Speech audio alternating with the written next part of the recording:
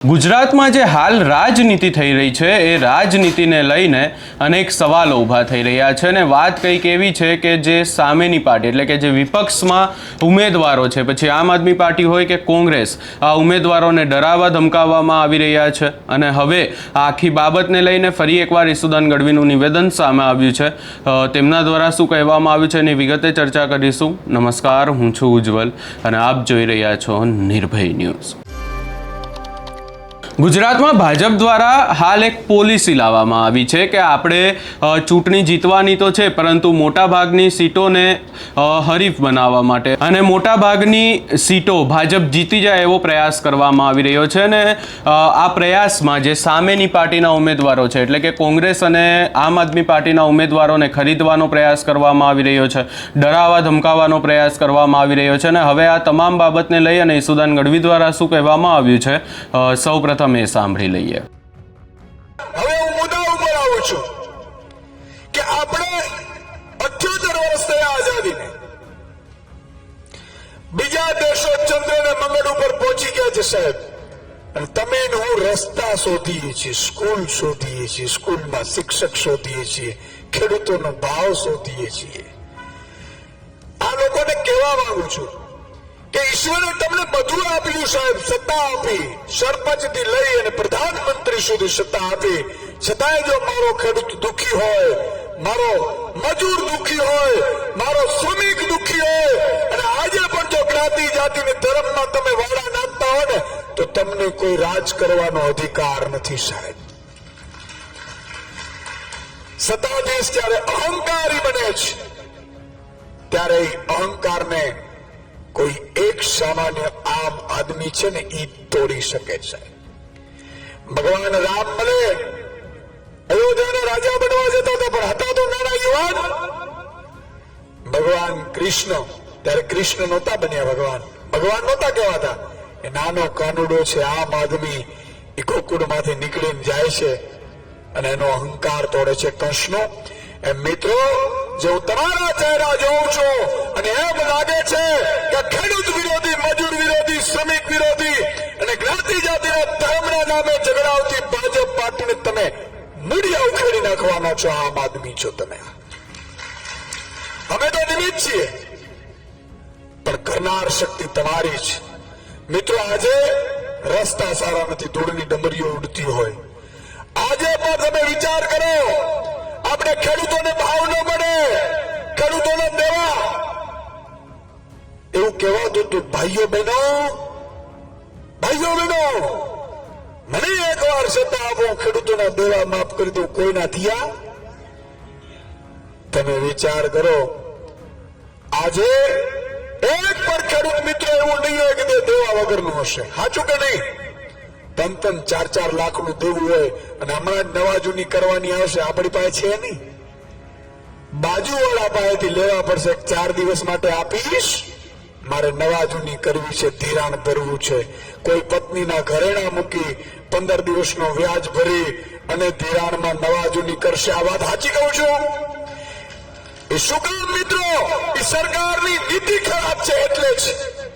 આજે જાઓ ઇઝરાયલમાં ખેતી ટૂંકી છે, ઇઝરાયલમાં મિત્રો યુટ્યુબમાં જોજો તમે, નીચે વાવેલું હોય જમીન ઉપર, પછી એના ઉપર મજલો બનાવે, માટી નાખે, એના ઉપર વાવેતર કરે, પછી મજલો બનાવે, માટી નાખે અને વાવેતર કરે, અને ઇઝરાયલના ખેડૂતોને સાહેબ એટલા ભાવ મળે છે કે એને ક્યારે લાંબો હાથ કરવો પડતો નથી। આનું નામ સરકાર કહેવાય છે। આજે અમેરિકાની સરકાર જુઓ, અમેરિકાની સરકાર અમેરિકાના ખેડૂતને વર્ષે 54 લાખ રૂપિયા સબસિડી આપે છે, 54 લાખ, અને આપણે બાબાજીનું ઠૂલું મળે છે સાહેબ। એટલા માટે થઈને રાજનીતિમાં આવવું પડ્યું છે। તમે વિચાર કરો, થોડા દિવસે આ થાંભલાની લાઈનો નાખે, હમણાં ધીરુભાઈ વાત કરતા હતા, થાંભલાની લાઈનો નીકળે છે, તમે જોયું?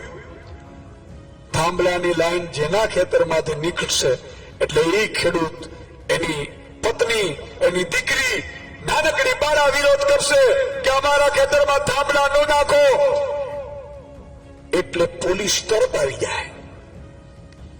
આ તમને ખબર નહીં હોય તો કહી દઉં.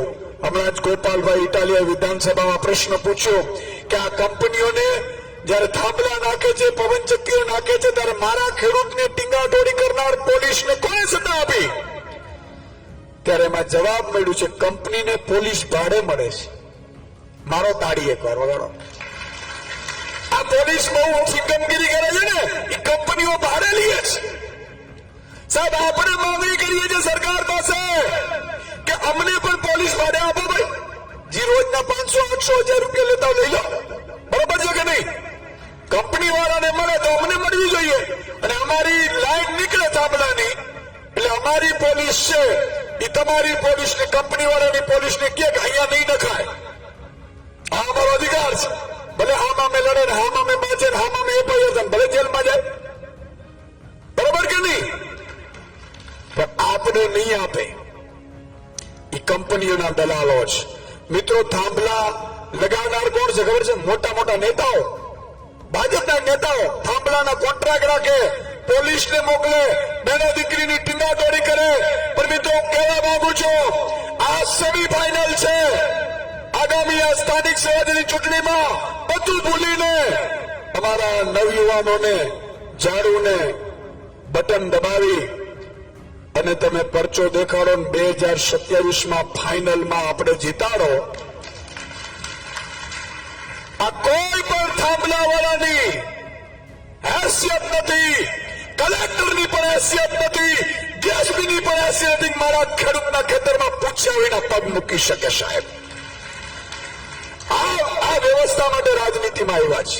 આ તો મરજી પડે ત્યારે 5-25 આવી જાય પોલીસ વાળા, આપણી માતા બેન દીકરીઓને ટીંગાટોળી કરે. જેને જિંદગીમાં કોઈ દિવસ અપમાન સહન ન કર્યું હોય એ આ કંપનીઓ વાળાના કારણે આપણે અપમાન સહન કરવા પડે. આ વાત સાચી કહું છું. અને એક પણ ભાજપનો ભરનો દીકરો આ કંપનીઓ વિરુદ્ધ, થાંભલા વિરુદ્ધ બોલ્યો હોય તો મને કયો. બોલે છે? બોલવું જોઈએ કે ના બોલવું જોઈએ?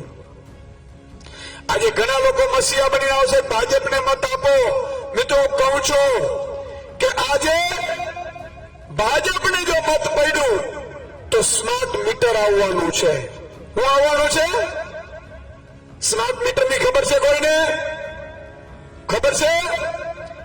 તમને કહી દઉં, આ વાત કરતા હતા સ્માર્ટ સ્કૂલની અને સ્માર્ટ હોસ્પિટલની, પણ સ્માર્ટ મીટરની એવી બલા આવે છે કે જે બલામાં તમારામાં રિચાર્જ હશે ને, મોબાઈલમાં જે મોબાઈલ બંધ થઈ જાય રિચાર્જ પૂરું થાય એટલે, એમ બેલેન્સ હશે સ્માર્ટ મીટરમાં એટલું આવશે, બાકી રાત્રે 2 વાગે લાઈટ હોઈ જાય.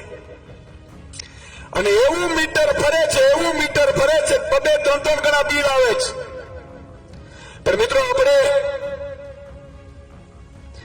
હજી વાર છે. આમ તો આચારસંહિતા 10 વાગે લાગી જાય પેલા આપણે સભા પૂરી કરી દેવી પડે. બરોબર છે? તો મિત્રો, પંજાબમાં આમ આદમી પાર્ટીની સરકાર બની. ઘણા લોકો એમ કહે છે કે ભાઈ આપણો મામાનો હું છું, કાકાનો છું. મિત્રો, ખેડૂત છે ને એ ચૂંટણીના દિવસે જ્ઞાતિ જાતિ ધર્મમાં વેચાય છે ને એટલે આ કોડાઓ રાજ કરે છે. બાકી 54 લાખ ખેડૂતો એક થાય, એના 5 પરિવાર એટલે 2.5 કરોડ મતદારો એક થાય. હિન્દુસ્તાનમાં કોઈ પ્રધાનમંત્રીની તાકાત નથી કે મારા ખેડૂત વિરુદ્ધ નિર્ણય લઈ શકે સાહેબ. પણ તકલીફ આપણે બીજે વેચાય એટલે અંદર વેચાઈ જઈએ કે મારો ભાજપમાં મારો મામો ઉભો. ભગવાન કૃષ્ણને યાદ કરો. અર્જુન જયારે મહાભારતના યુદ્ધમાં હથિયાર અડ્ડા મૂકી દીધા, ભગવાને પૂછ્યું, ભાઈ હું થયું? તો કે કેશવ, મારાથી બાણ નહીં ચલાવાય. તો કે કેમ? તો કે સામે ભીષ્મ પિતા છે, દાદા ભીષ્મ, મારો ભાઈ કર્ણ, આ બધા મારો ભાઈઓ છે. દ્રોણાચાર્ય મારા ગુરુ છે, મારાથી બાણ નહીં ચલાવાય. ત્યારે ભગવાન કૃષ્ણ એને કીધું તું બાણ ચલાવો, નહીં તો ઈ ચલાવશે ને તને મારી નાખશે. અને તને મારી નાખશે પાછળ હું ઉભો છું તો મને લાજ આવશે. ને એટલા માટે યાદ કર, મામો કંસ શું થતો હતો? તો કે તમારો મામો થતો હતો. તો કે સગો મામો હતો? તો કે હા, સગો મામો હોવા છતાં જો સામે અસત્યની સાથે હોય તો ઘોડીએ ધરબી દીધો હોય ને તો તારે વાર ન લગાડવાની હોય. આ વાત હું કહેવા આવ્યો છું.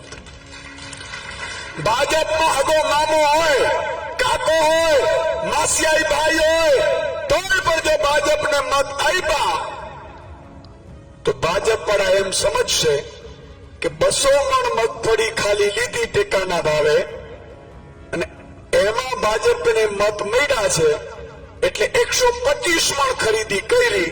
હવે જો ભાજપને મત મળશે, કમર ઉપર બટન દબાવાશે એટલે આગામી મગફળી મેં સાંભળ્યું છે માત્ર 40 મણ ખરીદાશે.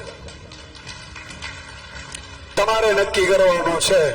અને બીજા થાંભલા બેઠાણ આવશે, રોડ રસ્તાના કામ નહીં થાય. મિત્રો, અહંકાર ઉતારવાનો છે. આપણા સગા સંબંધને હરાવવાની ચૂંટણી નથી આ. ભાજપમાં હોય, કોંગ્રેસમાં હોય અને પગે પડવાનું. ચા પી જાય છે ભાઈ, પણ આ લડાઈ તારી સાથે નથી. અમારી લડાઈ આ કંસના જેવા રાક્ષસો સાથે છે. અહીંયા માત્ર ને માત્ર ઈસુદાન ગઢવીએ કહ્યું એટલી જ વાત નથી, પરંતુ આવા કિસ્સાઓ આખા ગુજરાતમાંથી આવી રહ્યા છે. પછી સુરત હોય, રાજકોટ, અમદાવાદ, આવા તમામ વિસ્તારોમાંથી કિસ્સાઓ સામે આવી રહ્યા છે કે જ્યાં ઉમેદવારોને ડરાવવા ધમકાવવામાં આવી રહ્યા છે, ખરીદવામાં આવી રહ્યા છે. આખી બાબતને લઈ અને અનેકવાર નિવેદનો પણ આપવામાં આવ્યા છે, પરંતુ હજી સુધી આખી બાબતને લઈને કોઈ નિકાલ નથી આવ્યો. જોવાનું રહેશે કે આગામી સમયમાં શું થાય છે, કારણ કે મોટાભાગની સીટ ઉપર તો ભાજપ ક્યાંક ને ક્યાંક જીતી ગઈ છે. હવે જોવાનું રહેશે કે બાકીની સીટો ઉપર શું નિર્ણય આવે છે. આ સમગ્ર બાબતે તમારો શું અભિપ્રાય છે એ અમને કમેન્ટ કરી જરૂર જણાવશો ને અમારી ચેનલ નિર્ભય ન્યૂઝને લાઇક, શેર, સબસ્ક્રાઈબ કરવાનું ભૂલશો નહીં.